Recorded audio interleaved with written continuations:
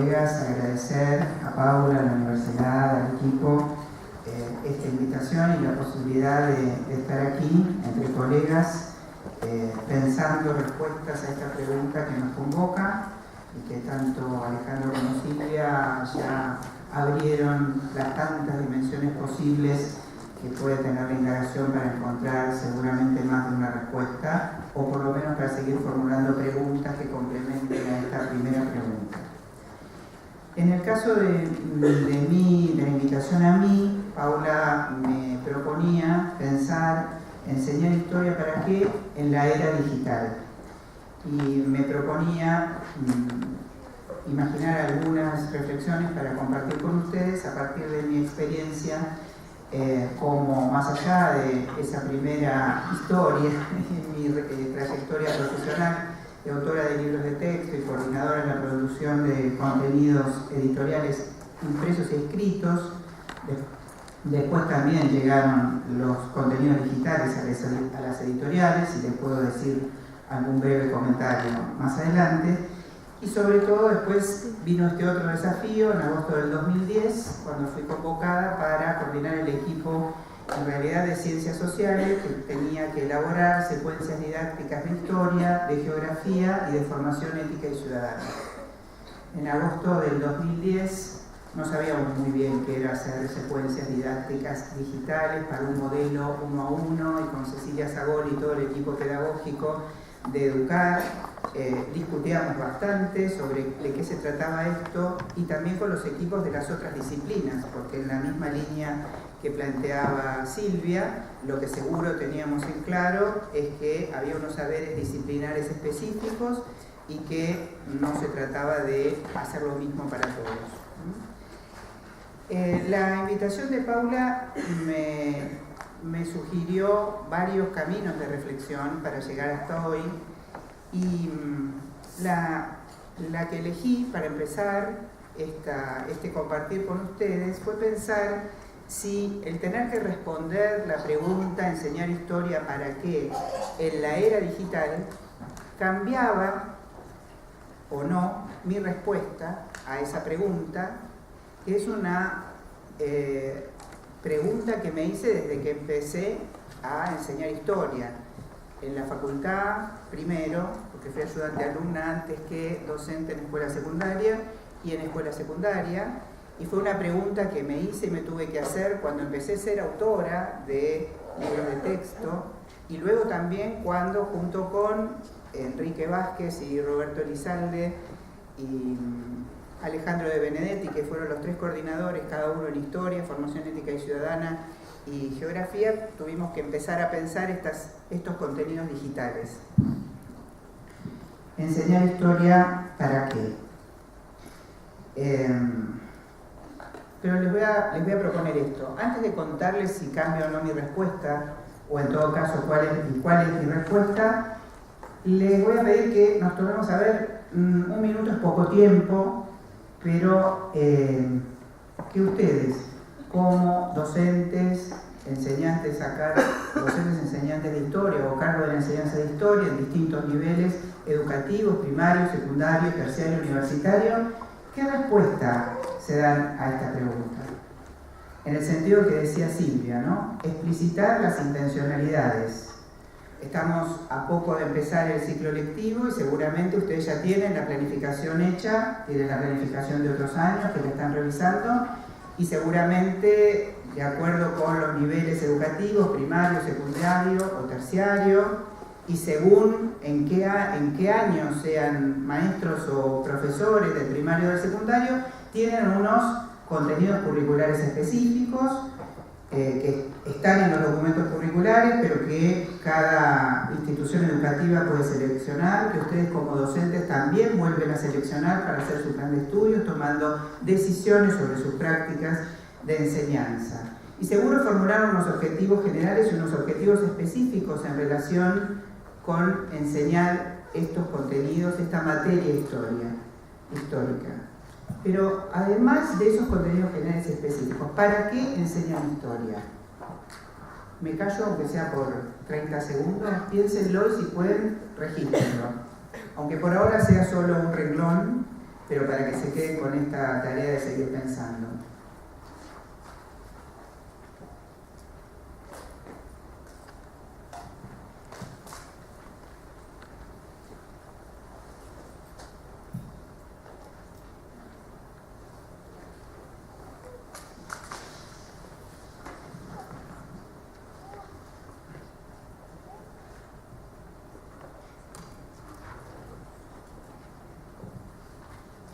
¿Se hicieron esta pregunta? ¿Se hacen esta pregunta siempre?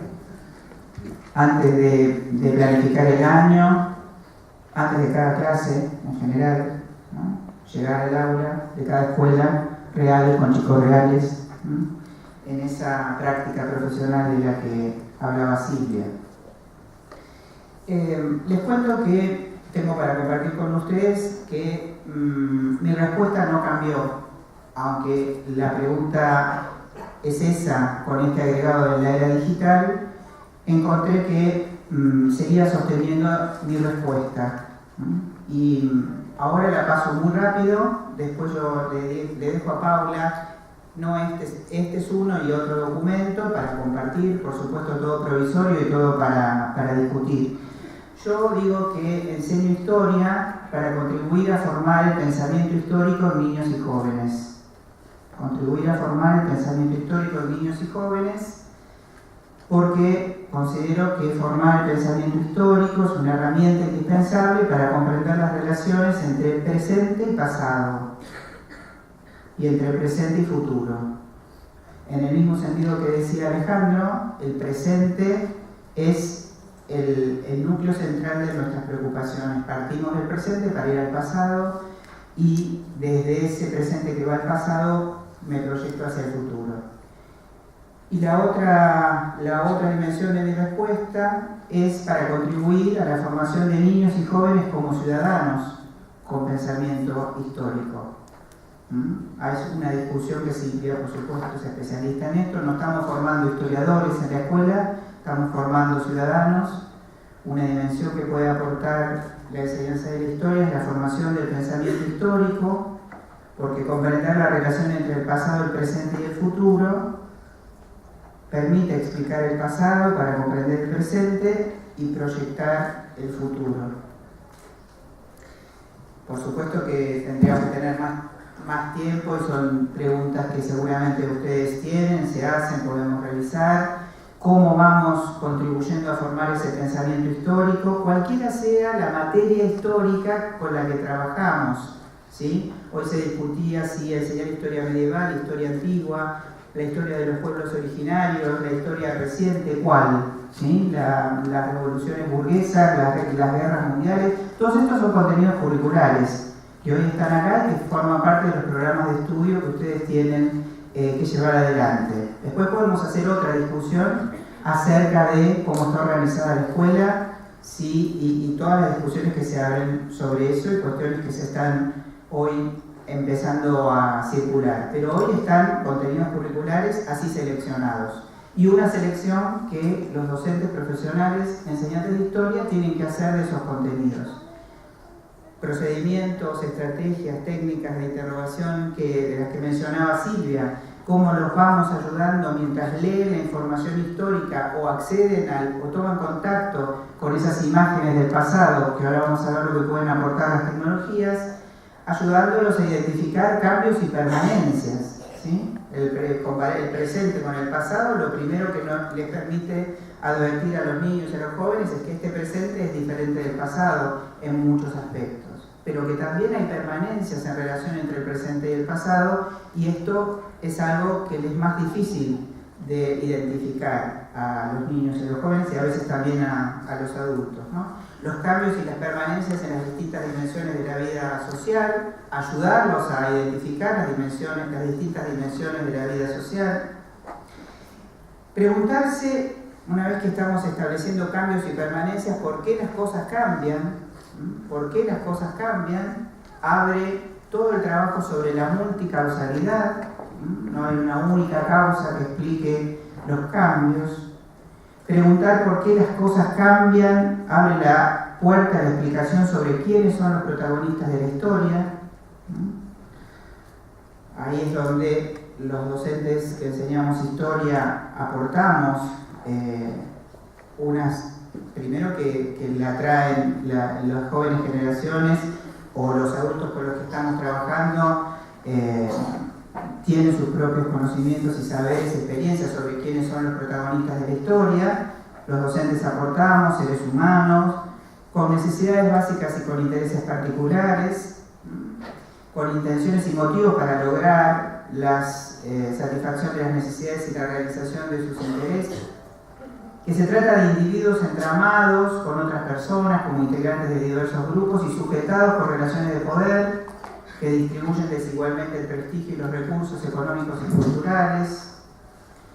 Preguntar por qué las cosas cambian en este sentido es entonces también abrir la explicación sobre el origen de los conflictos para resolver los problemas que provocan la desigual distribución de poder, prestigio y bienes económicos y culturales. Los actores sociales realizan acciones que son de distinto tipo: el uso de la violencia física armada o la amenaza del uso de la violencia física y armada, o acuerdos dialógicos y elaboración de normas y leyes que producen cambio en el estado de las cosas hasta que un nuevo orden genera insatisfacción en algunos actores sociales y plantean problemas que provocan conflictos y generan nuevos cambios.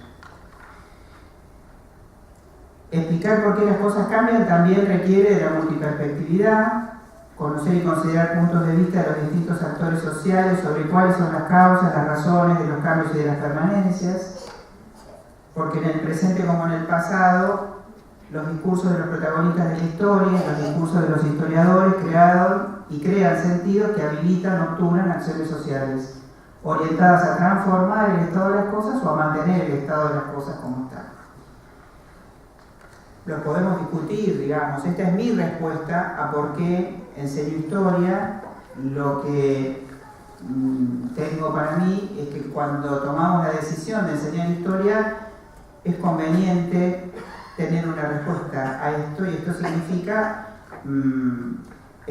como decía Silvia, como decía Alejandro, conocer las teorías de la historia y elegir una explicación. Si la historia es cambio y es el estudio de los cambios y de las permanencias, tener alguna teoría sobre por qué ocurren los cambios y las permanencias. Entonces digo, cuando tuvimos que empezar a pensar en contenidos digitales, en realidad la respuesta a esta pregunta no había cambiado. En el 2010 lo que había cambiado era, o iba a ser, algunas de las tecnologías disponibles para llevar adelante la enseñanza de la historia, que en agosto del 2010 era todavía una promesa, un modelo 1 a 1, que empezaba con la distribución de dispositivos que iban llegando a las escuelas y con conexión a internet de los centros educativos, que fue más lento que la llegada de los dispositivos. Es interesante y hoy se multiplican los análisis, las investigaciones comparadas de Conectar Igualdad y Alcance EVAL en Uruguay, más allá de que eligieron puntos de partida distintos, seguramente también por la dimensión territorial a cubrir. En el caso de Uruguay, la llegada de internet, la conexión de internet de los centros educativos en Uruguay fue mucho más rápida y se cubrió el mayor porcentaje, casi la mayoría de los centros educativos en este modelo 1 a 1. En el 2010 y a comienzos del 2011 ya había investigaciones o conclusiones de estudios que decían cómo era la realidad de este modelo 1 a 1, que era difícil que funcionara el 1 a 1, algo que después fuimos sabiendo los docentes que estuvimos en las aulas con computadoras, más allá de que se rompían y no estaban y había que ver si se destrababan y si dónde estaba, si había alguna conexión wifi o no, y si llevábamos el pendrive y todo lo demás. Vimos claramente que no era 1 a 1, sino 4 o 5 a 1, ¿sí? Que la computadora estaba, pero que el trabajo colaborativo entre los estudiantes surgía más espontáneamente que el 1 a 1, ¿no? Estas son todas cosas que cuando empezamos eran promesas. Para empezar rápidamente a compartir algunas de las reflexiones que pensé, yo le diría, también me quedé pensando en esto, que todavía no solo sostengo la misma respuesta en ayudar o en contribuir a formar el pensamiento histórico de los niños y de los jóvenes en términos de que logren establecer relaciones entre el presente y el pasado y el presente y el futuro, porque en los últimos años también tengo la maravillosa posibilidad de trabajar mucho en el territorio, recorriendo escuelas de muchos distritos, no en esta zona, pero sí en el sur, como Loma de Zamora, Lanús, o Florencio Varela, Quilmes, Espeleta, y estar trabajando con escuelas y con docentes en donde los docentes, no les voy a contar a ustedes, ¿no? El llegar a dar clase es impensable sin establecer vínculos, ¿no? Con los estudiantes y con la comunidad educativa en general. Y donde las manifestaciones de violencia, no solo en el sentido estos episodios que aparecen en la televisión, sino la violencia entendida como el no cuidado de uno mismo y de los demás, ¿sí? Una violencia que está en el habla, en el modo de tratarme, en el modo de no prestar atención, de no sentir empatía con el otro, que nos atraviesa, y no solo en la escuela, ¿no? Nos atraviesa en la escuela, en la comunidad, en el barrio, a nosotros mismos como familias, a las familias de nuestros estudiantes. Si la escuela y las clases de historia tenemos la posibilidad de contribuir a que los jóvenes entiendan por qué pasa lo que pasa en este presente y lo relacionen con un proceso histórico, donde este presente es el resultado de un proceso histórico, y donde en ese proceso histórico pueden identificar cambios que fueron productos de acciones que tomaron los protagonistas de la historia, interesados en resolver sus problemas y satisfacer sus necesidades, los estamos también ayudando a construir posibilidades de futuro. Y digo esto porque en este trabajo que estamos realizando en el territorio estamos trabajando mucho con principios de la pedagogía para transformar la violencia. Philippe Méliès, lo conocen seguramente algunos de ustedes, el Observatorio de la Violencia en Escuelas Argentinas, que comenzó en el 2007-2008, hoy discontinuado, pero que hay mucho trabajado sobre esto.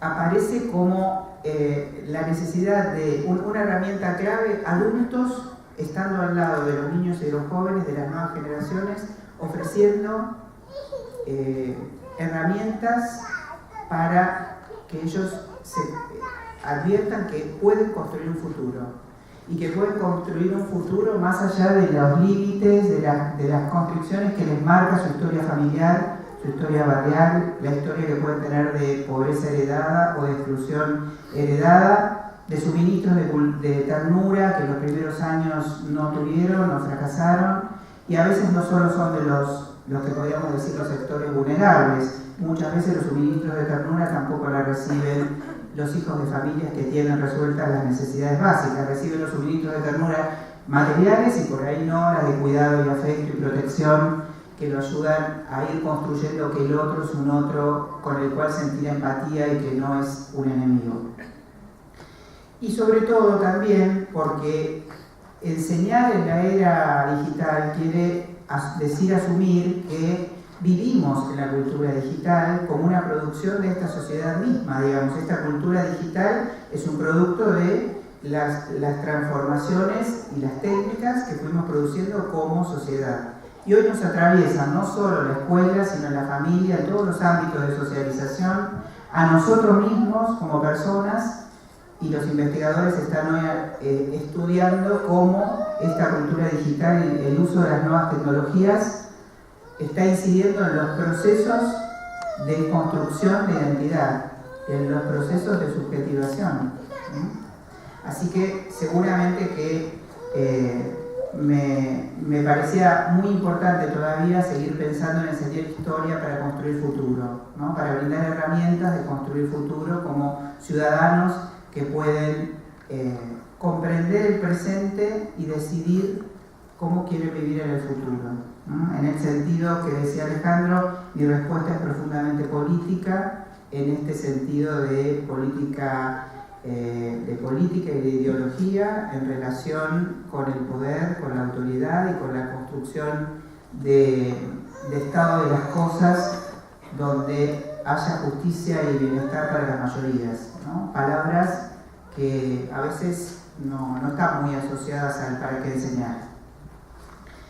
Pasando a esto, yo pensé en organizarlo así, que es rápidamente un punteo, ¿no? El estado de las cosas, entendiendo esa idea del estado de las cosas como realidad social, como dice Urresti, para entender quiénes son los niños, los jóvenes, estos que son nuestros estudiantes, imaginar el estado de las cosas como unas capas superpuestas de generaciones de personas, de los que estamos vivos, que tenemos la memoria de los que ya no están, y también superposición de generaciones de técnicas, ¿no? Y de soportes materiales para transformar el mundo, para resolver nuestros problemas, y que a su vez nos van dando herramientas para pensar y comprender el mundo.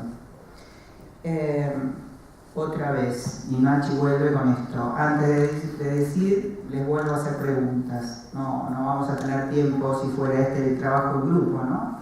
Pero piensen esto, a ver, ¿cuáles son los usos más frecuentes de las TIC que ustedes hacen como docentes cuando planifican sus prácticas de enseñanza de la historia? Piensen en las que trabajaron el año pasado, las que planificaron para estas. ¿Cuáles proponen las actividades de aprendizaje que diseñan?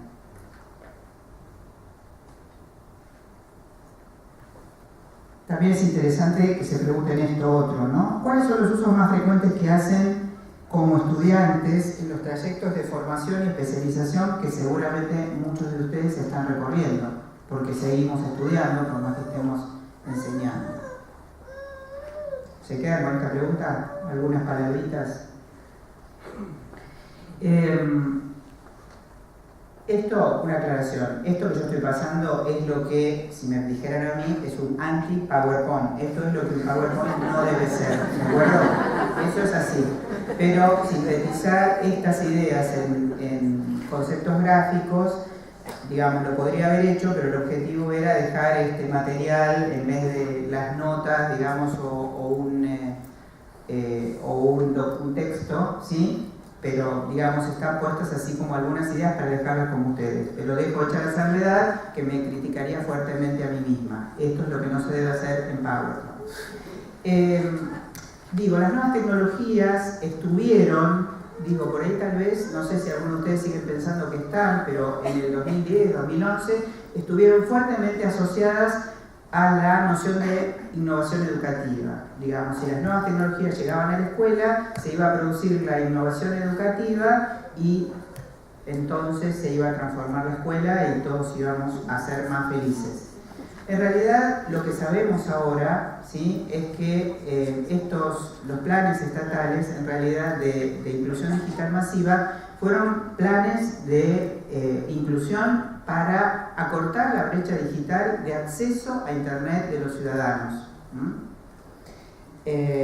Ceibal tuvo unas características diferentes a Conectar Igualdad, porque dejó a la escuela por afuera en el primer momento. Después es hoy todo un problema terminar de articular con la escuela, pero Conectar Igualdad se pensó también como centro desde la escuela. En general, al día de hoy, desde ese punto de vista, las brechas, resultó efectivo porque las brechas se van cerrando, ¿sí? Sobre todo las de accesos piensen en las microcomputadoras que están en los teléfonos celulares. Podemos decir que la gran mayoría de los argentinos, podríamos ver en los centros urbanos, en las provincias, en los que no son centros urbanos, pero que hay un importante porcentaje de la población que tiene acceso a una computadora.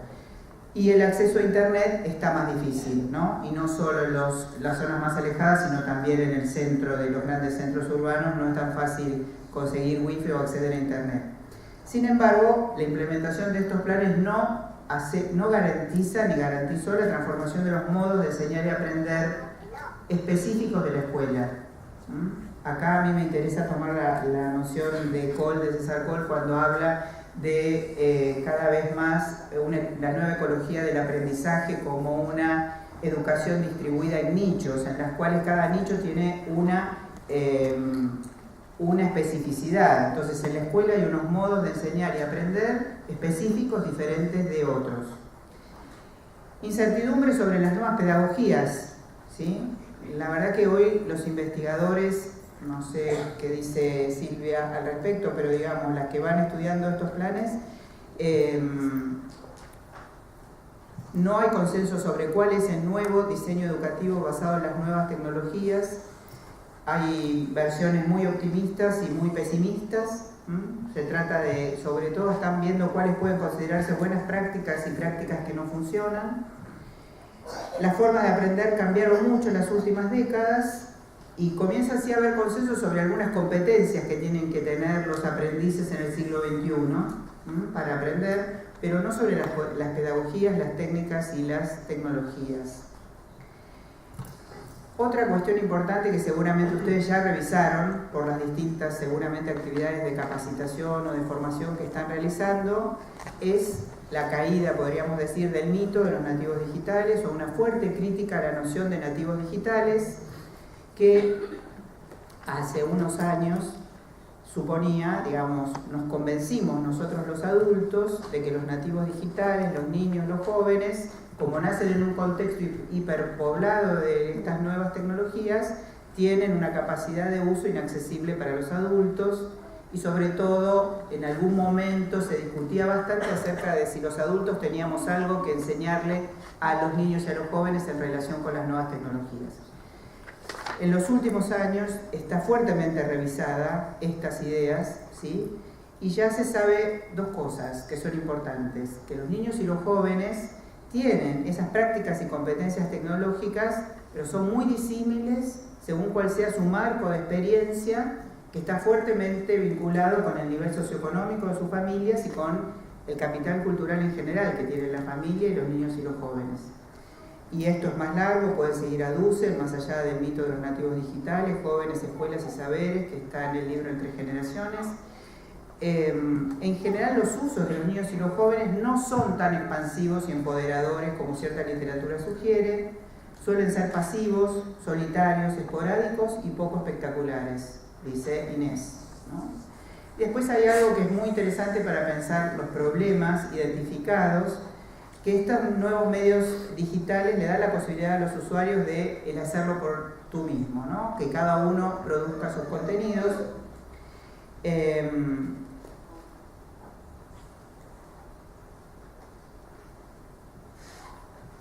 Lo cierto es que el de producir desde abajo, el acceso descentralizado y no programado, la proliferación y la escasa selección y la jerarquización por el consumo de usuarios, plantean una fuerte desorganización de los sistemas escolares de clasificación del saber.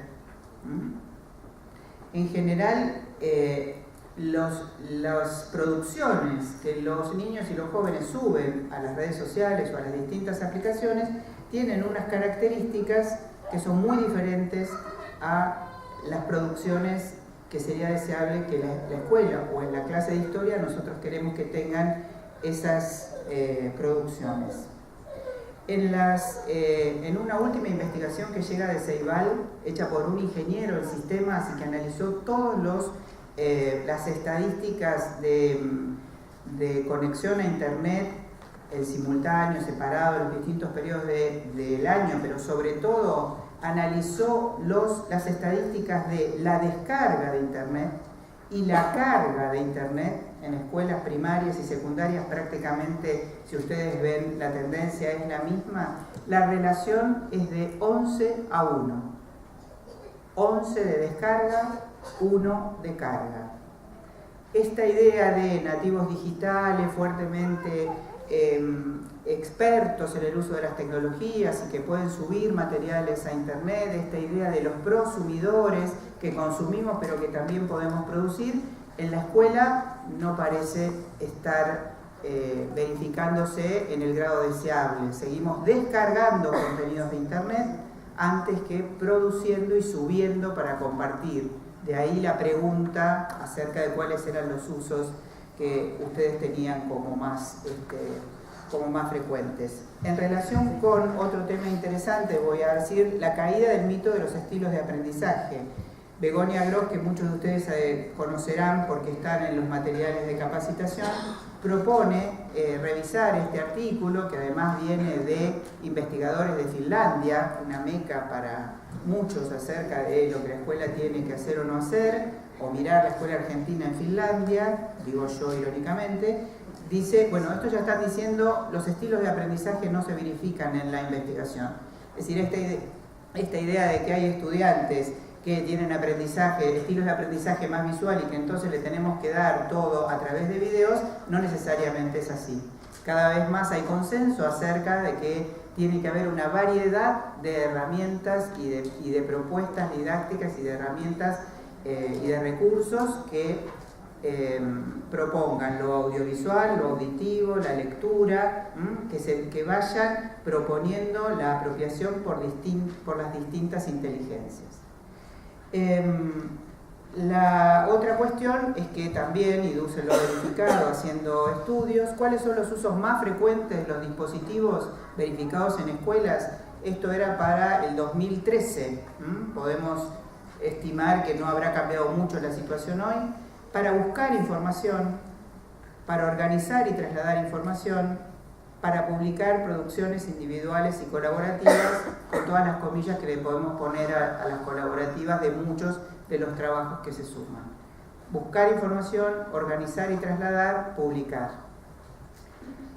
Lecciones aprendidas. Esto sí ya lo traía Dussel y el equipo de expertos, por ejemplo, IBERTIC, el Instituto Iberoamericano de la Educación de la OEI, que ya desde el 2012 comenzó a organizar este grupo de expertos para ir monitoreando cómo se enseñaba y se aprendía en aulas conectadas. Empezaron a ver como una preocupación la primacía del discurso periodístico en las explicaciones del docente y en las consignas de trabajo propuestas en las actividades de aprendizaje. Y no solo de historia, de todas las asignaturas. Como un régimen de opinión, validación de argumentos sujeta al me gusta, no me gusta, un discurso como pedagógico, es decir, el discurso del docente más horizontal, coloquial y local, como para atraer la atención de los estudiantes y promover que tomen la palabra, pero lejos de la abstracción y el empleo del lenguaje disciplinar. Una presencia creciente de materiales audiovisuales en reemplazo de la explicación por parte del docente y la lectura de textos escritos por parte de los estudiantes, que seguramente será algo distinto de lo que va a decir Gabriel. Cápsulas audiovisuales frente a materiales textuales con lenguaje riguroso o complejo. Producciones audiovisuales con escasas referencias a saberes o lecturas disciplinares en las producciones de los estudiantes. Y la lógica de la escuela de celebrar cierto interés o algún grado de disposición a trabajar frente a la lógica del saber disciplinar. Estos son problemas que Dussel y el equipo de investigación identificó. No es lo que debe ser, sino lo que ellos encontraron observando en aulas conectadas y lo ponía como problemas. También no podemos dejar de decir que otro de las lecciones aprendidas tiene que ver con los contextos de realidad de las prácticas de enseñanza y cómo nosotros docentes nos vimos atravesados por las netbooks que de un día para otro llegaban y teníamos 35 netbooks en la escuela, más los contenidos en los escritorios, más los cursos de capacitación, más los problemas de siempre, más la presión de que tengo que ser un docente innovador, ¿sí? Más todas las otras ofertas de cursos que me llegaban para ver si yo era un docente innovador, ¿no? En estos contextos, con todas estas otras presiones jurisdiccionales, curriculares, más allá de las condiciones laborales y salariales. Igual sí, ya vamos terminando. Hay buenas noticias. Primero que hay consenso internacional sobre que la innovación educativa no se trata de que hay un estándar que tenemos que llegar, que está allá y que es Harvard o que es Finlandia o que es Barcelona o que es la escuela privada super high y ellos hacen y yo no. Hay una innovación educativa que es siempre en contexto y siempre en relación a mi punto de partida. Y después que sí hay usos de las tecnologías que pueden contribuir a formar el pensamiento histórico de los estudiantes. que aquí los he llamado, hay alguna bibliografía, esto también tiene que ver con una investigación que hicimos en la OEI sobre educación artística en aulas conectadas, pero esto se verificaba en otras materias, usos que auxilian la enseñanza de la historia, usos que aumentan la enseñanza de la historia, usos que expanden la enseñanza de la historia más allá de las paredes del aula y de la escuela. Ustedes las van a poder ver después en más detalle. Las que auxilian son todas estas que tal vez son las que nosotros más frecuentemente usamos para buscar información, para organizar información. Estas por ahí las usamos menos que las que para buscar, ¿no? Estamos muy acostumbrados a usar herramientas para buscar información como esas que se ven ahí y no tanto para organizar información, para ser organizadores gráficos, para elaborar esquemas conceptuales y mapas mentales. Usos que aumentan la enseñanza de la historia, desde mi punto de vista muy interesante que nos apropiemos de esta idea. Recursos audiovisuales y multimediales que ponen a estudiantes en contactos con mundos lejanos y que ayudan a comprender las distancias entre mundos pasados y mundos presentes, a construir empatía y ponerse en el lugar de, con protagonistas de la historia de otros pasados o de este mismo presente en contextos distintos, ¿sí? Y que hace posible la percepción de diferentes dimensiones de la realidad del pasado a través de distintos sentidos, abriendo la puerta a la comprensión por medio de múltiples inteligencias. Cada vez más hay recorridos en 3D. Los principales museos del mundo de los que se imaginan, como el Louvre y el británico o los españoles, pero también si buscan en Egipto o los que llamaríamos el cercano oriente, o si ven en México o Perú, en Bolivia, en Brasil, todos los museos tienen actividades para estudiantes y para las escuelas, tienen recursos y guías para docentes, tienen recorridos virtuales, hay que animarse y buscarlos. Pero la diferencia de esto es que hay un docente que va a estar seleccionando, proponiendo y acompañando a identificar esas diferencias y esas distancias entre el pasado y el presente. Y las que expanden la enseñanza de la historia, tal vez viene muy en el sentido de lo que decía Silvia también y Alejandro, fíjense que cuáles son conversaciones y conversaciones con otras generaciones que van a enriquecer el contacto, es decir, que van a poner a los niños y a los jóvenes en contactos con experiencias de otros pasados, con protagonistas de la historia que tienen distintos puntos de vista, con historiadores y otros investigadores sociales que tienen enfoques y puntos de vista controversiales, formar discusiones, comunidades de discusión, debate, crítica, intervenir en los contenidos de otros. Entonces, fíjense cómo, si así entendemos las tecnologías, nosotros decidimos para qué, en qué sentido las tecnologías y con qué uso las tecnologías enriquecen mi decisión de para qué enseñar historia. No son las tecnologías por sí solas, como no lo fueron nunca, el pizarrón y la tiza tampoco garantizó nada, las que nos pueden enriquecer nuestra propia respuesta a para qué enseñar historia a las jóvenes generaciones. Así que bueno, esto queda acá a disposición y después seguimos discutiendo. Gracias.